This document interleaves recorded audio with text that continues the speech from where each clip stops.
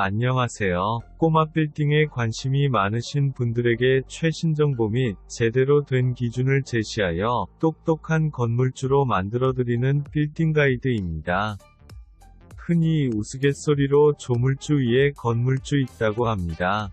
건물주의 그 많은 자산이 부러울 순 있지만 건물주가 받는 월세 보고 마냥 부러워할 일은 아닙니다. 투자를 잘못하면 건물주가 되는 것보다 그 돈을 그냥 들고 있는 게 나을 수 있습니다.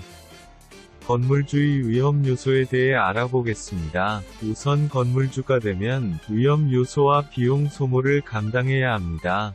일단 임차인을 구하려면 부동산 중개료가 들어갑니다. 이마저도 임차인이 늘 있다는 보장은 없습니다. 몇 년 동안 비워놓고 있는 건물도 허다합니다. 심지어 들어온 임차인이 임대료를 내지 않는 경우도 빈번합니다. 임대료를 밀리면서도 나가지 않아 소송해야 하는 상황도 부지기수입니다. 이뿐만이 아닙니다. 임차인이 없으면 매달 관리비를 건물주가 내야 합니다. 임차인이 있어도 건물에 문제가 생기면 건물주가 비용을 내야 합니다. 그리고 건물은 땅이 아닙니다. 땅은 시간 지난다고 자산 가치가 떨어지는 건 아니지만 건물은 매년 그 가치가 무조건 내려갑니다. 감가상각을 고려하면 매년 1에서 2% 정도 건물 가치가 하락한다고 봐야 합니다. 현재 대한민국 임대 수익률은 예금 금리와 크게 차이 나지 않습니다.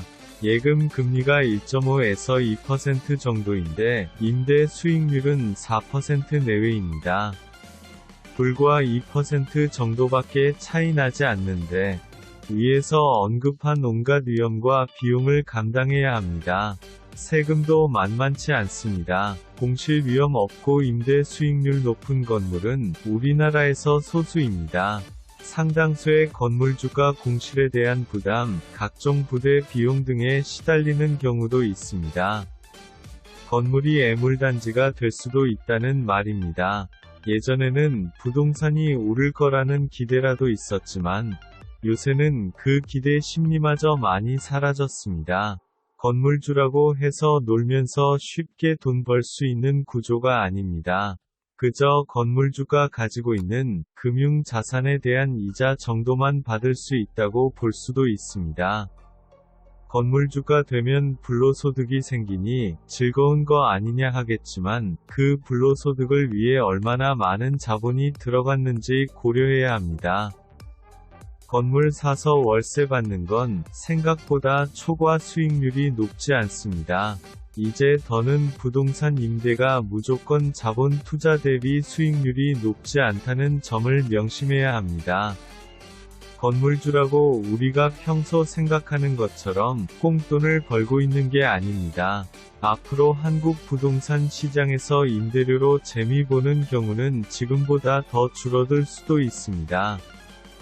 건물주가 되시려고 하기 전에 이 같은 사항을 명심하고 현명한 투자를 하시기 바랍니다.